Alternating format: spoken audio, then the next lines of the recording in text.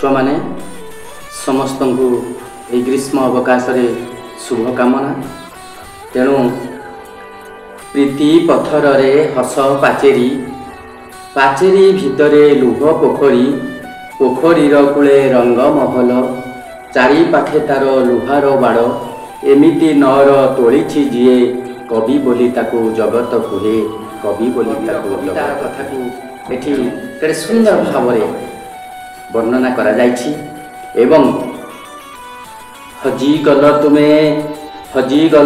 नियतिर कोले हजीबनी तुम स्मृति हजीबनी तुम अक्षय कीरति लिभिबनी तुम ज्योति लिभिबनी तुम ज्योति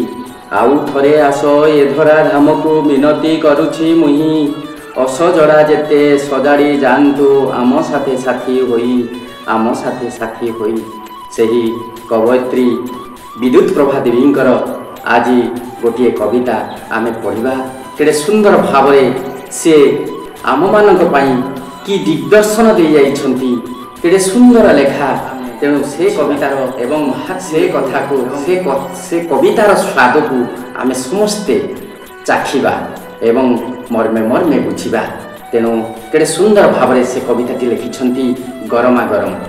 तेणु कवितार ना होछि गरमा गरम। तेणु केडे सुंदर भाव शिशु कविताटी लिखिछंती छुआ माननकु अबाटरू बाटू आनिबा पई भल मनिष करिया पई तांकर छोटिया प्रयास जो लेखनी मनरे सृष्टि करि जाइछंती ताहा आज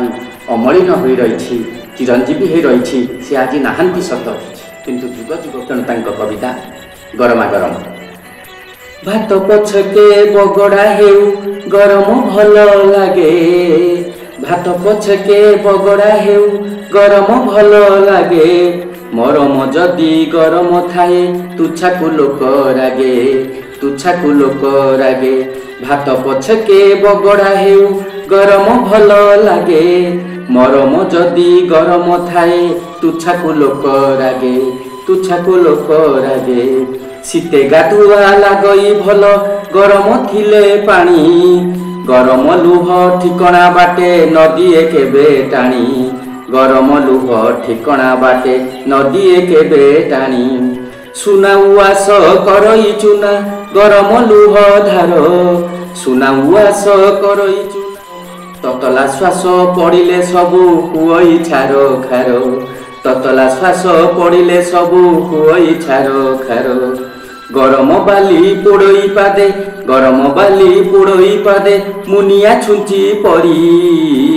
गरम कथा विष परिका देहरे जाए चरी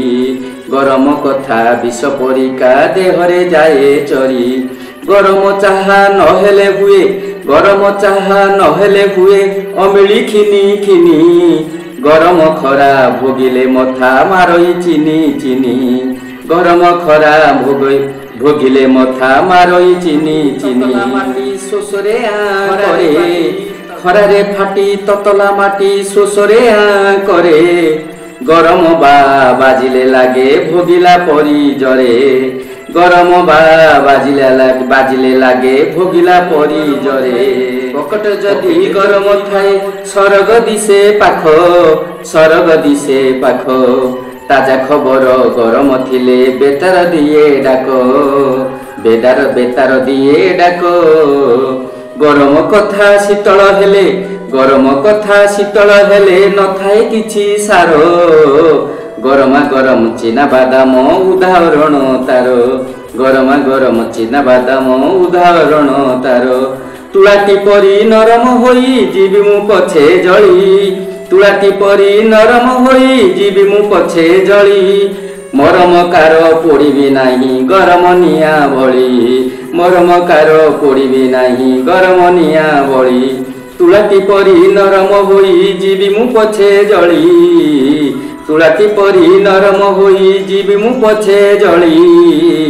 मरम कार पोड़ीबी नाही गरम निया भली मरम कार पोड़ीबी नाही गरम निया